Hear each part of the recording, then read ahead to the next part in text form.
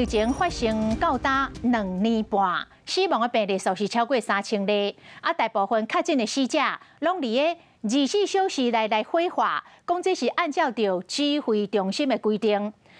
到底有规定讲爱伫个24小时内来火化无？这几天是引发着争议。指挥官陈时中提出着公文，讲将来都无要求讲爱伫个24小时内来火化。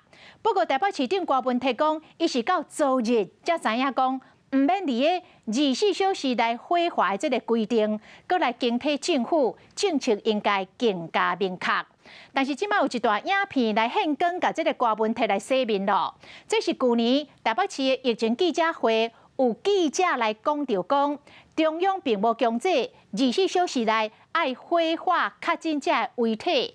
讲当时郭文铁就伫个现场。讲我也一直以为是24小时的，我是昨天才知道说没有。郭市长哪会唔知影？去年6月7日北市防疫记者会有媒体甲问过。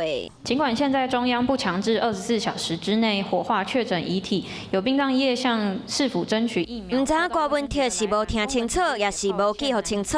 事实上，指挥中心早就讲过，无规定第24点钟来火化。COVID-19 的话，它事实上是不需要它的规定就是火化或报请地方主管机关核准后深埋并没有时限的一个限制但相关的一些相应的程序完成之后那当然会根据我们这个传染病防治法第5类的传染病那尸体该处理的一些 procedure， 照那样的 procedure， 照那样的一个流程去做。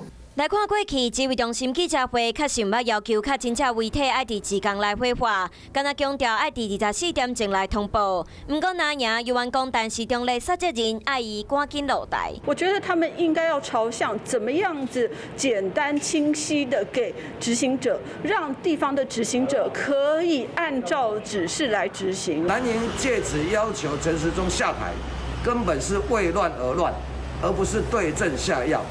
希望国民党回归理性问政，才是人民所需要的。那样无拍算的放过火化争议，不过上尾啊看起来是一场误会，都唔望确诊火化争议会使安尼结束，让死者的家属会使顺利送亲人最后一程。有事没事赶紧转开华视，还没有订阅华视的 YouTube 频道吗？赶紧按赞、订阅、开启小铃铛，我们华视 YouTube 见。